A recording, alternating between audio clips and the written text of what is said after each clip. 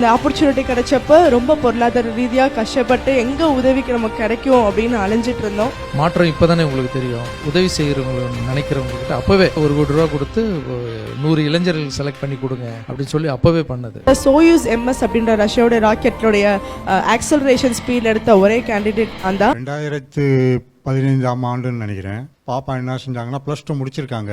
நானும் என் துணைவியாரும் ஆளுக்கு ₹6,000 சம்பாதிப்போம். 12,000 வரும். அவ்வளோதான் எங்களுடைய மாத வருமானம். அதில் ₹4,000 வீட்டு வாடகை போயிடும். வீட்டு வாடகை கரண்ட் பில்லாம் ₹5,000 போகும். மீதம் இருக்கிறதுல தான் நாங்கள் சாப்பிட்டுட்டு பாப்பாவை படிக்க வச்சுட்டு இருந்தோம். அந்த காலகட்டங்களில் +2 முடிக்கும் போது உள்ளூரில் இருக்கிற கல்லூரியில் பாலிடெக்னிக் கல்லூரியாவது சேர்க்க முடியுமா அப்படிங்கிறது எங்களுக்கு அதே ஒரு பெரிய கனவாக இருந்தது. அப்போதான் நான் பத்திரிகைகளில் சிறுகதைகள் எழுதுவேன். அந்த மாதிரி சின்ன வயசுலேருந்து எனக்கு கொஞ்சம் எழுத்தாற்றல், நிறையா நூல்கள் படிப்பேன். வந்துட்டு இருக்கும்போது ஒரு நாள் இதுக்கான தேவைகளை அலைகிறோம். ஒரு நிறுவனத்துக்கு அந்த கார்கிவ் நேஷனல் ஏர்ஃபோர்ஸ் யூனிவர்சிட்டிக்கு அப்ளை பண்ணுறோம். அவங்க அந்த நீங்கள் அப்ளிகேஷன் வாங்கணும்னா மட்டும் ₹1,00,000 வேணுங்கிறாங்க. வெறும் ₹12,000 சம்பளம் வாங்கி 2 பேரும் சம்பாதிச்சு அதில் ₹5,000 வீட்டு வாடகை கொடுத்துட்டு மீதி ₹7,000 வாழக்கூடிய ஒரு குடும்பம் ₹1,00,000 கொடுத்து அப்ளிகேஷன் மட்டும் வாங்கினா என்ன பண்ண முடியும்? அப்போ தான் என்ன செஞ்சோம்னா ஒரு ₹1,00,000 கடன் வாங்கி நாங்கள் அந்த அப்ளிகேஷனும் வாங்கிட்டோம். அடுத்து என்ன பண்ணுறதுன்னு எங்களுக்கு ஒன்றும் தெரியல. அப்போ தற்செயலாக ஒரு ரிப்போர்ட்டர்கிட்ட கேட்கும்போது நீலகண்டன் அப்படின்ட்டு அந்த சார் தான் ஒரு நிருபரை கூப்பிட்டு தாமோதரனுக்கு அந்த லாரன்ஸ் சாரோட அட்ரஸ் கொடுங்க அப்படின்னாங்க. ரிப்போர்ட்டர் உங்கள் நம்பர் கொடுத்தாங்க. நான் உங்ககிட்ட பேசுனீங்களா சொன்னேன். சொல்லிவிட்டு அப்புறம் அடுத்து போகிறேன். அங்கே பாலமுருகன் சார் இருக்கார். அவர்கிட்ட பேசுகிறேன். என்ன அப்படின்னு, லாரன்ஸ் சார் உங்கள் பாப்பா அப்ளிகேஷனாக எடிட்டர்கிட்ட பேசி வாங்கிட்டு போயிட்டார் வீட்டுக்கு அப்படின்னு.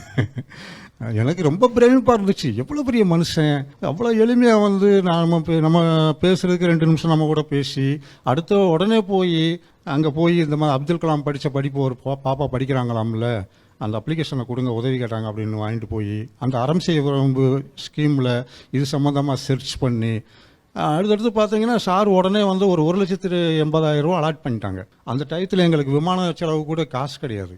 ரொம்ப சிரமப்பட்டுருந்தோம். சார் எங்களுக்கு ஒரு பெரிய நம்பிக்கை வந்துருச்சு. அப்புறம் பார்த்தீங்கன்னா நிறையா பத்திரிகைகளில் நெட்டில் போடுவாங்க, இந்த பிள்ளைக்கு ஹெல்ப் பண்ணுங்க. வருஷம் முடிச்சுட்டு வந்துட்டாங்க. 2ஆம் வருஷம் தேவைக்கு எங்கள் அக்கௌண்ட்டில் 0. எடிட்டர் கண்ணன் சார் தான் நெட்ஒர்க்கில் போட்டு விடுவாங்க. அது ₹50 ₹100 ₹500 ₹1000 வரைக்குமே வாசகர்கள் தங்களால் இயன்ற உதவி பண்ணாங்க. நாங்கள்லாம் தூங்கி ரொம்ப நாள் ஆச்சு. அப்படியே அதை வச்சு கொஞ்சமாக படிக்க வச்சு 4 வருஷம்.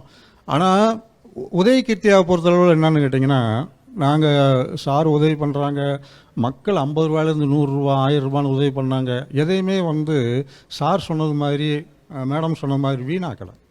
ஒவ்வொரு விஷயத்தையும் பொறுப்புணர்வோடு நம்ம கொடுக்கக்கூடிய அந்த ₹1 அதில் எத்தனை பேர் உழைப்பு இருக்குது, அந்த ரூபாய் எவ்வளோ மதிப்பானது, அதை எந்த காரணத்துக்கும் வீண் பண்ணக்கூடாது, நம்ம ப்ரூவ் பண்ணி காட்டணுங்கிறது ரொம்ப உறுதியாக இருந்தாங்க. 92% மார்க்கில் உக்ரைன் நாட்டில் மொழி தெரியாத அந்த ஒரு கண்ட்ரியில் போய் வெறும் தமிழ் மீடியத்தில் தேனியில் இருக்கக்கூடிய கான்வென்ட் தமிழ் ஏழை வீட்டு பிள்ளைகள் படிக்கக்கூடிய ஒரு தனியார் பள்ளியில் படித்து அங்கே போய் ஆங்கில மொழியில் பரீட்சை எழுதி 92% மார்க்கில் பாஸ் பண்ணும்போது எனக்கு பெரிய நம்பிக்கை வந்துருச்சு.